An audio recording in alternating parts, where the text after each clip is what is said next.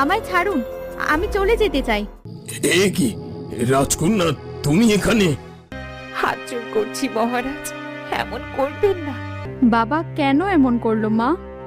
বাবা কি আমায় একটুও ভালোবাসে না?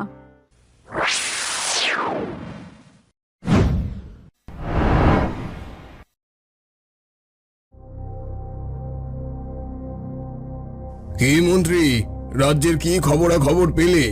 এবছর প্রজাদের খাজনা কি পরিশোধ করেছে? জাহাপানা, এবছর এখনো অনেক প্রজা খাজনা পরিশোধ করেনি। সে কি, খাজনা বাকি রয়েছে? তুমি এখনো জানাওনি কেন? কালকেই রাজ্যে ঢোল দিয়ে দাও। আগামী 3 দিনের মধ্যে খাজনা পরিশোধ না করলে চাপকে পিঠের ছাল তুলে নেব। কিন্তু মহারাজ, কোনো কিন্তু আমি শুনতে চাই না। আগামী 3 দিন পর আমি শুনতে চাই যে রাজ্যের সবাই তাদের খাজনা পরিশোধ করেছে। যথাজ্ঞা জাহাপানা। শুনছি রাজকোষাগার প্রায় খালি হতে বসেছে, তাই সামনের বছর থেকে খাজনা দ্বিগুণ করে দাও। খাজনা দ্বিগুণ করলে তো প্রজারা বড় সমস্যায় পড়বে।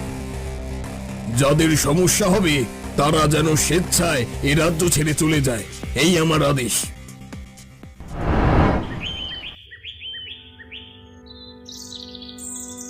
কি ভাই, কিছু কি শুনেছ?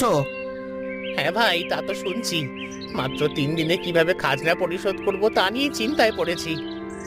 সময় মতো খাজনা না দিলে নাকি 100 চাবুকের ঘা খেতে হবে। এবছর ঝড় বন্যায় ফসলও তেমন হয়নি।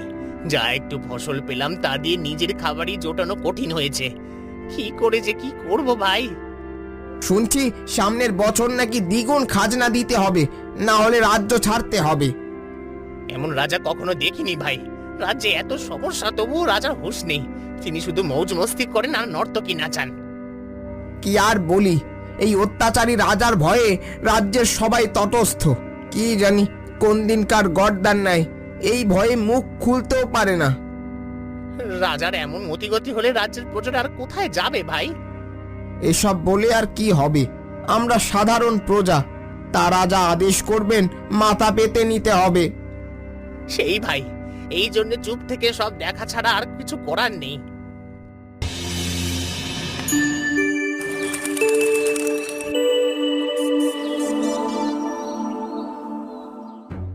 কই রানী কোথায়? কে কোথায় আছো? রানীকে এক্ষুনি ডেকে পাঠাও।